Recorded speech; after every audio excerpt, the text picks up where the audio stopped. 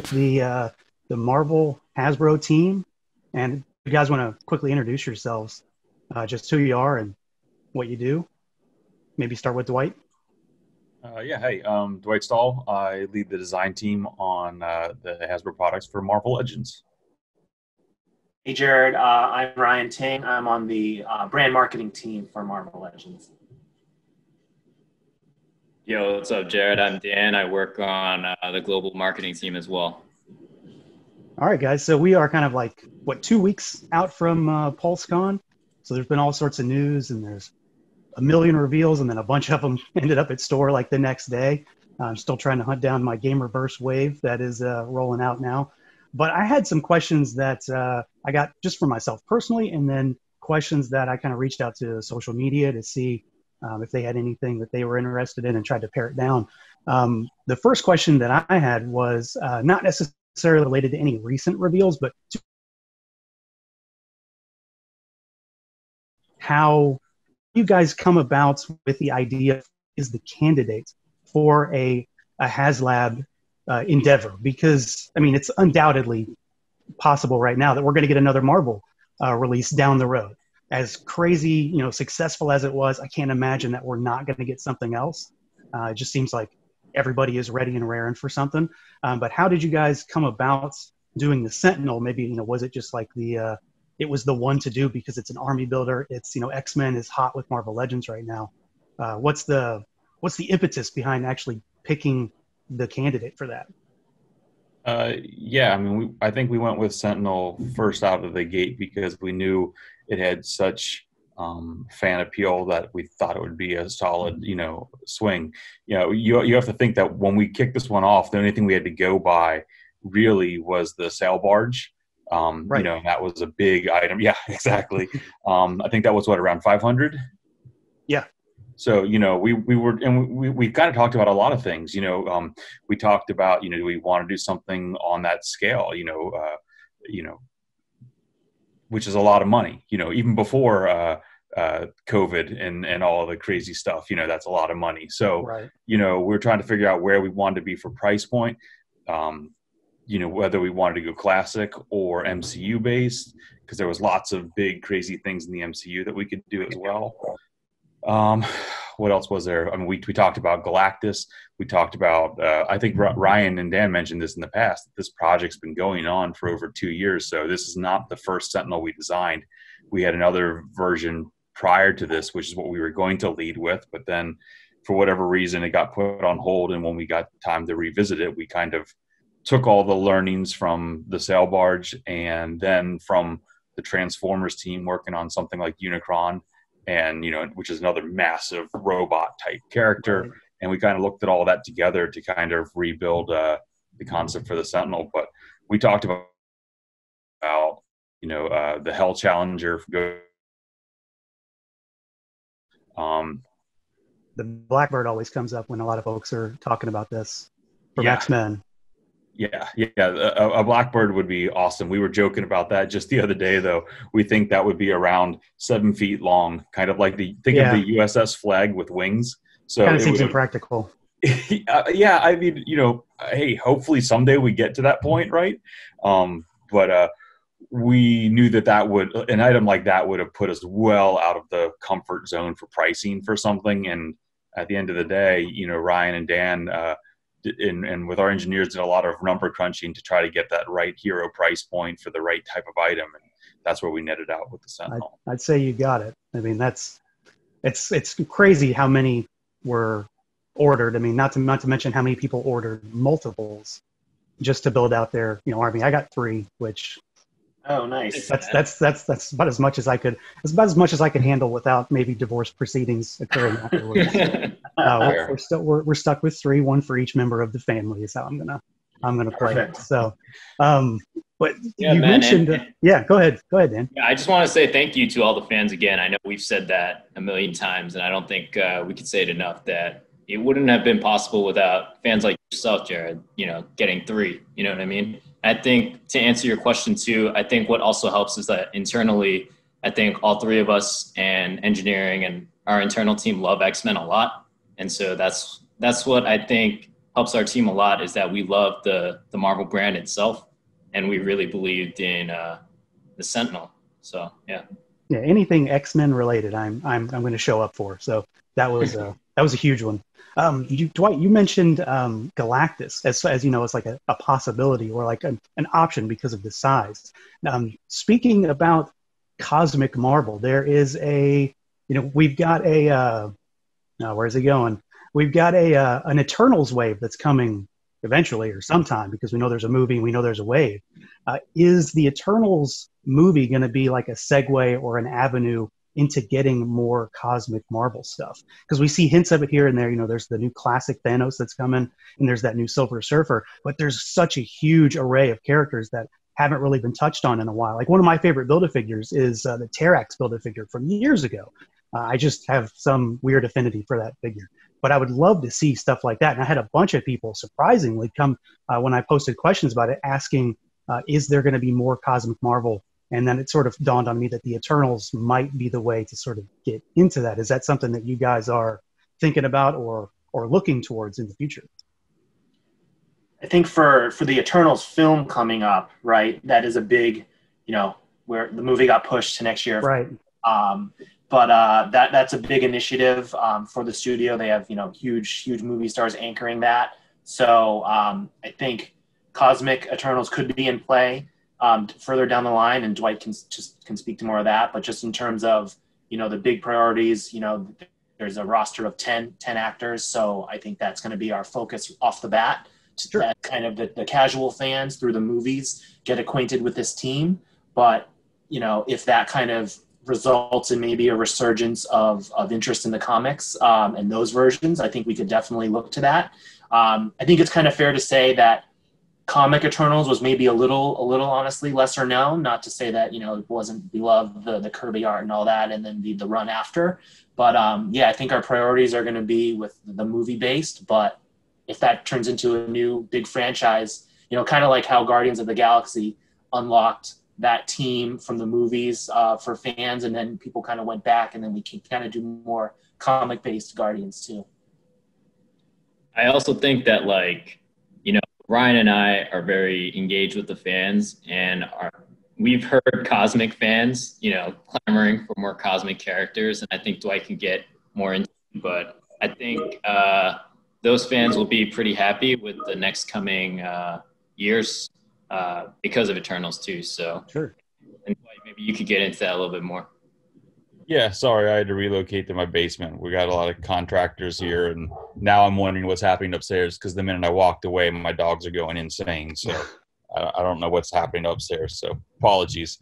I think the Eternals, like Ryan and Dan both said, they were, honestly, they've not been on anyone's wish list, that I've ever seen for the last 15 years.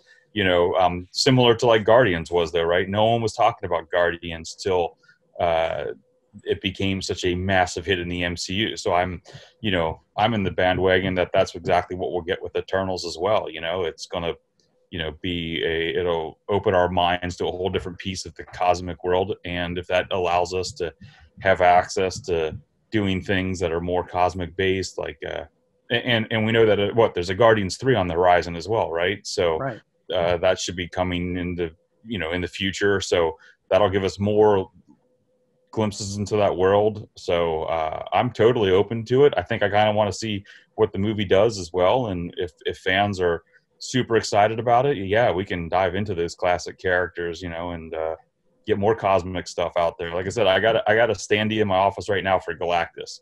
So I'm definitely going to go back to that well when it comes time for discussing what the next HasLab could be, and I'm sure that'll be a top contender for discussion points. Who knows where we'll end up at the end of the day, but that's definitely one that I'll be working towards, because I think there's a lot of untapped potential in the cosmic realm for sure. Yeah, a nice 5 foot tall, $500 Galactus will look really nice in a corner somewhere. Throw him in a family photo and just go to town with that thing.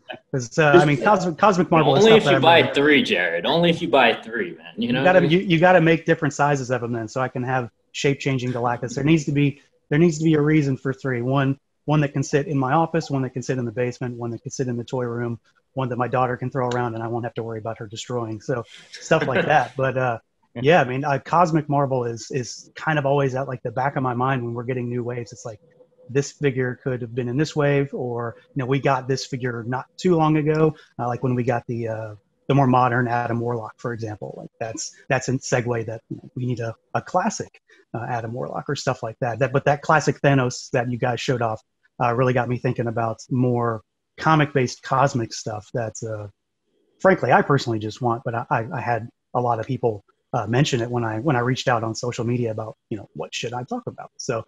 Yeah, it was just cool to see that you guys are open to it. Should the interest be there, obviously.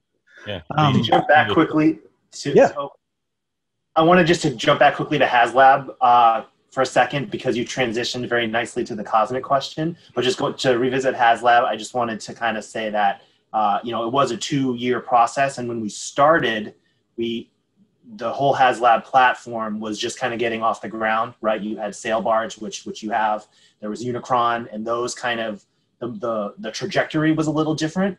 And so we kind of put our best foot forward, what we thought, right, capitalizing on the popularity of the X-Men, the troop builder aspect of the Sentinel, to kind of put that out there to really make the first Marvel one as successful as it could be, which it clearly was. It blew away all of our expectations. We're so thankful. And then you kind of look to the crowdfund platform in general with Hero Quest, which was, admittedly, it's a game, but it has a very devoted fan following. They funded in a day. Star Wars came out with their second item, the Razor Crest, funded in about a day. So I would say that it's good for the fans, and it's helpful for us to know that as a platform, collectors seem to be getting behind it. So when we think about what's coming next for Marvel, yes, sure, there's other large characters like Galactus, Dwight, we've already, planned a little bit of that through, what that could be.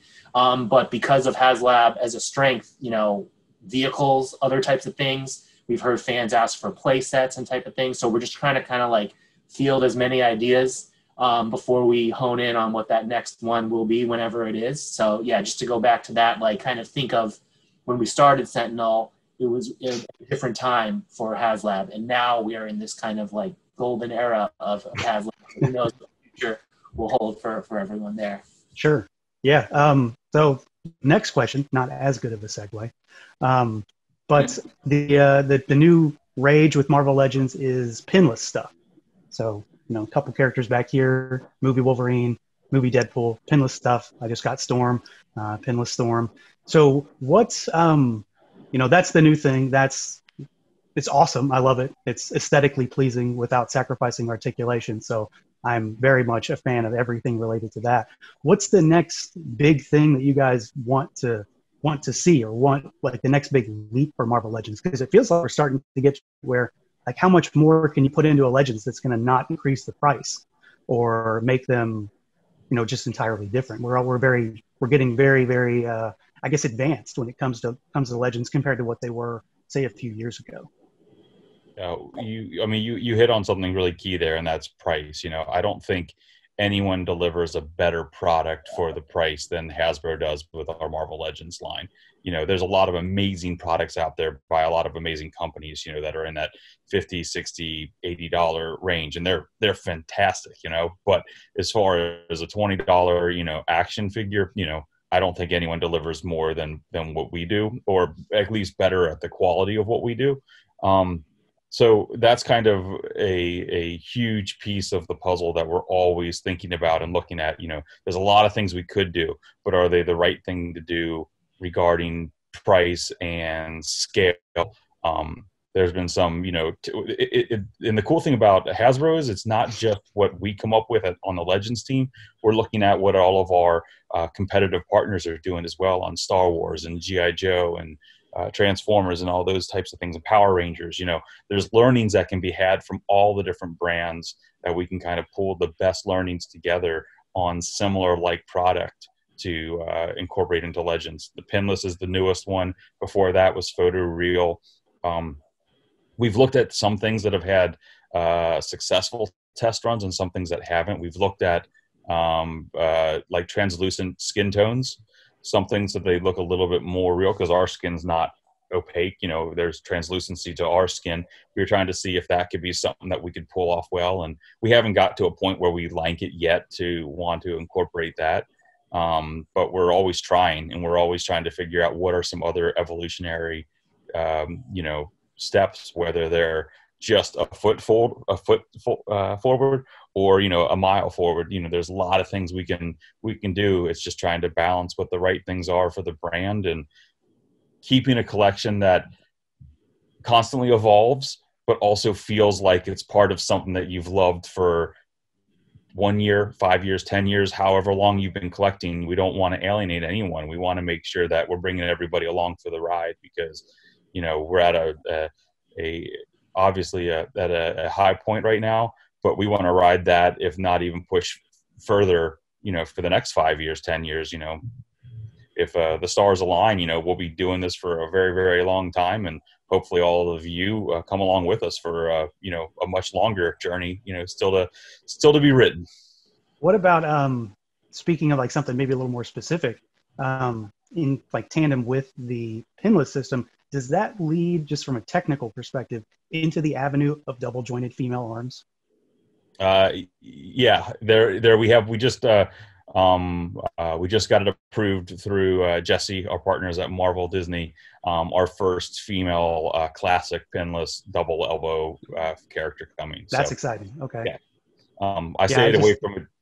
Yeah, go ahead. Good, Jared. That's just the thing. When I've been playing around with these figures, it's just sort of seemed like this. It's aesthetically more pleasing, and it seems to be, just from an engineering perspective, more possible with a smaller frame of an arm. So it seemed important to ask. Yeah. No, good question. Go ahead, Dan. No, I was just about to say Dwight is very humble, and our engineering team is awesome. But I know just from working with them day to day that, Dwight and the engineering team and our core team, they're always trying to innovate. They're never complacent. Like, they're always trying to be mindful of, our consumers and our fans. So don't you guys worry. We're trying, and they're trying every single day to make sure that we bring out the best product, but also be the people's brand, like make it accessible to as much people as we can. So all praise and love go to Dwight and our engineering team and our core team, really. Yeah, you guys are killing it. So I'm very interested to see what comes out of that. Next question. So we saw some new retro carded reveals at PulseCon. So Gambit and Rogue, so everybody can stop asking for Rogue finally. I'm sure you're happy to hear that, just to get that out of there. Is there a push or any kind of focus on trying to expand the carded line? Because we got the Dr. Doom that's I guess it's shipping now from certain places. Some folks already have him. Is obviously that has its own unique card back with its own unique subset of figures.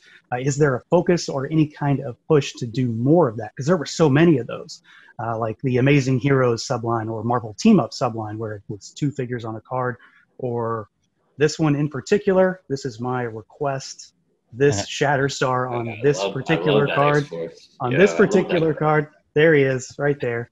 But this stuff right here is a huge thing. I mean, it's a huge thing for a lot of folks, but it's a big thing for me from a nostalgia level, because I'm so familiar to those figures and those card backs as a kid. But then it's also a way to reissue figures. Shatterstar came out years ago. This would be a way to get another one out, just as an example. But is there any kind of focus on the different sublines, or is it just sort of playing off of what's popular at the time? Because we've got a lot of X-Men recently, which is, of course, like the thing right now. Yeah, I think that's been when we started doing that, it was thrown together as just an additional program for the year. So that was the Marvel Superheroes wave that had like brown suit Wolverine, Cap, Iron Man, Punisher, Black Widow.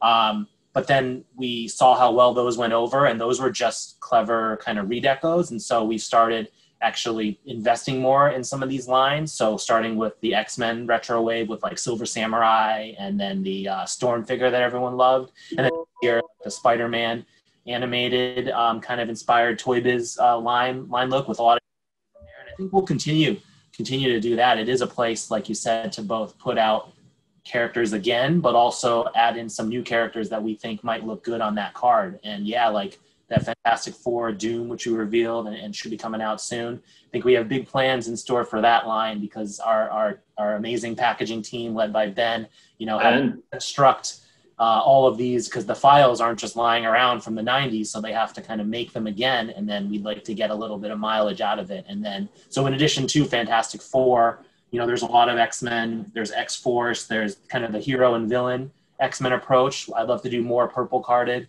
like Silver Samurai villains, and then getting to other lines too. I think the Iron Man line was a very distinct, cool look, and there were more as well. So yeah, we know fans love the retro 6-inch, and we anticipate doing more of them. I was thinking about your Shatterstar, and I think that's like Shatterstar 2. Yeah, right? Version 2, yeah. Yeah, for a bunch. They did like this is Warpath 1. So yeah, there's all sorts of weird variants, like GW color Bridge. palettes. Yeah. There you go. Yeah, everybody's clamoring for a GW Bridge, I'm sure.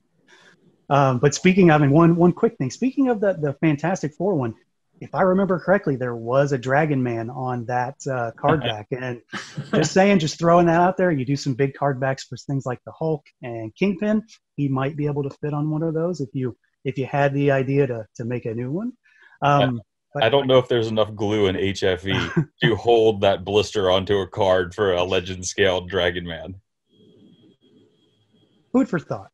Fair enough. Definitely an oversized one, but yeah, like that Kingpin came out really nicely. I thought this year looks nice with all the others in that line, even though it's larger. So yeah, they're kind of ridiculously oversized, but I really like that. It makes them stand out, especially if you keep them carded and have one, along the display with the rest of them. So it's a bit of a don't worry, man. We all three of us, like Dwight, Ryan, and I, we love the retro card, so like figures. So don't worry. Nice. So last question, and this one's just more of kind of a goofy question, not necessarily anything that might hint towards anything. But when it comes to Marvel Legends and figures that have never been produced before, if you had carte blanche to do whatever you wanted, what figure needs to be made in the line? Personal preference. I'll go first just because I don't have as much historical knowledge as Ryan, so he'll be able to tell me if it's already been made or not. For me personally, I really value representation. And so one of my big asks and wants is like a Blue Marvel or Amadeus Cho or America Chavez. And I know they all those characters probably have had like a Funko or something like that, but I'm just thinking in terms of a Legends figure, I would want like at least those three for me. I think they're super cool characters within the Marvel IP.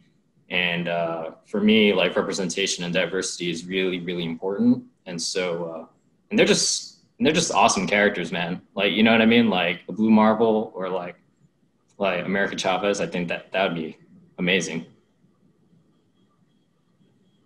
And I'm not saying it's not in the plans either for those either.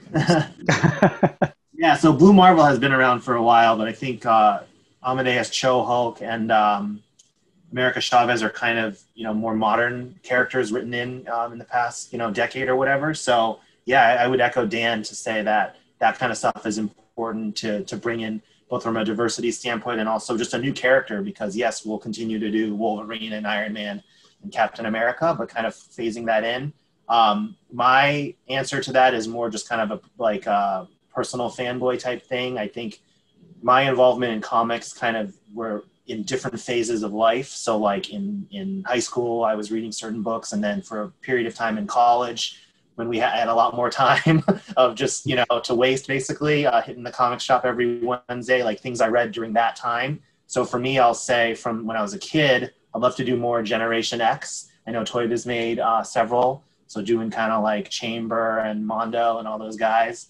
And then from the college, different comic runs I read a lot of X-Men, so like the new X-Men, Academy X with the Hellions, and then the other team with like Surge and all those folks. Yeah. I'd love to get to do some of those. They're probably a little further down on the list, but one day, right? And for me, I still want more Reavers. So I want all right. I think I can get the team to buy off on getting a Bone Crusher in the line, in the near future. A further stretch goal would be something like Gossamer from New Mutants, really obscure and a weird little pixie-like character, but those would be a couple, I don't know where I could find home for both of those, but I think Bone Crusher is probably easier, but that's definitely one that I'll be fighting for. Now that we've got we got Donald Pierce now with the Comic-Con set. We got Skullbuster and one of the alternate Reavers from a year ago. So slowly building some of those guys out. I still need a Pretty Boy as well. So, let's get some more of them out there. Have you guys seen the fans putting the Reese head from Skullbuster on the Gung Ho? Gung Ho? I need a second one. Need a second Gung Ho for that now. Yeah. But it's cool to hear the more obscure picks, because you can always pick any top 10 Marvel character and say I want a new one, but it's always cool to hear what you guys actually want, or it's kind of maybe a more weird pick that might not necessarily make it in. I still want a Speedball is what I want. For some reason, I have this huge affinity towards that character. It's not even New Warriors. I just love the character. But we're already kind of going down New Warriors with some of the more recent figures. So hoping one day we get one of those, because that's definitely my weird kind of top pick for Marvel Legends must have for whatever reason. So would it be cool if we gave you Penance instead? It would be cool. It would be cool. It's not the same character, but I'll take it as a segue into getting an actual Speedball in his goofy 90s costume. Yeah. All right, there you go. He's been floated around in particular, so I think it's close probably for him. And it's a way to reuse the little bubble ball effect pieces. He can just throw those all over him and be done with them. So that's it. Yeah. Then we'd be a step closer to a Gold Ball figure too. There you go. Gold Ball, yes. Always thinking forward. Yeah. I think that was it. Yeah, just to finish, I just want to say I think there are times for us too where we're developing new characters. Like, it's a good way for us internally in the team to also like read up on characters we're not really familiar with. Like, I didn't know who Spy Master or like White Rabbit was, like, for instance, and like it was because of these new characters that I got to enjoy them as well. And hopefully the fans feel the same way, Yeah. Well, that was all I had for you guys. I really appreciate you taking the time to talk to me. I'm very, very excited about the opportunity, and glad to hear your all's thoughts and maybe put a few thoughts in your ear at the same time. So, our pleasure. Yeah, keep up the good work. I like your videos. They're very informative in your reviews. So I try. So appreciate it, guys. All right. Peace. Take it easy, Jared.